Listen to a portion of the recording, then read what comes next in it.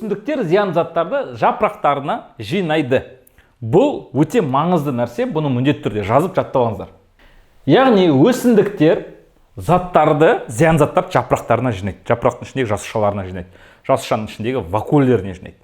Мысалы, біздер зиян заттарды бауырымыз арқылы тазалаймыз, және қанды біз не арқылы тазалаймыз?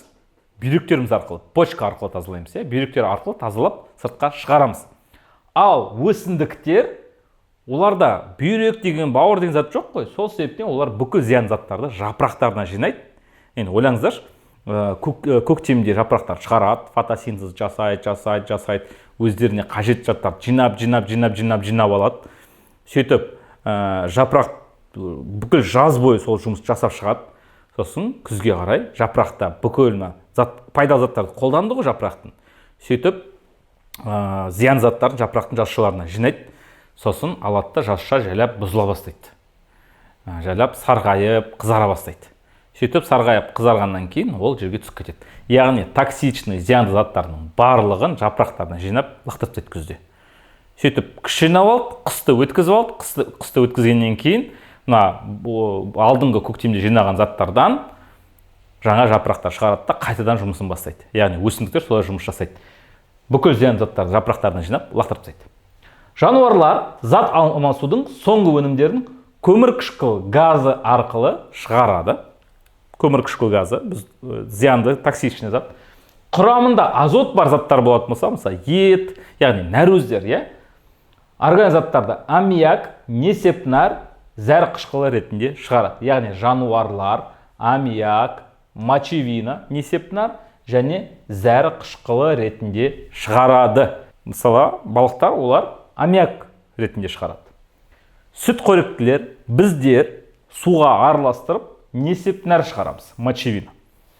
Құстардың көпшілігі зәр қышқылы шығарады. Барлығының құрамында көрсеттерме азот бар. Мына жерде NH3, NH2, мына NH-тар барлығы бар. Яғни азоттың өзі бізде көп мөлшерде зиянды болып келеді. Сол себептен біз азотты біріктіреміз де сөйтіп шығарып тастаймыз. Өсімдіктер жапырақтан шығаратын болса, біздер әртүрлі жолмен сөйтіп шығарамыз. Мысалы, сүтқоректілердің өздері суға араластырып шығарады.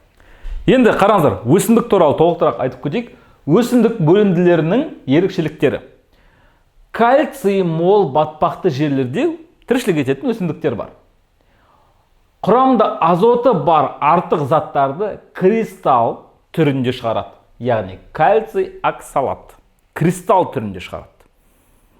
Жасушаның ішіне жинайды, жасушаның сыртына жинайтын түрлері де бар. Кристалл қылып жинайды да жапырақтар арқылы лақтырып жібереді.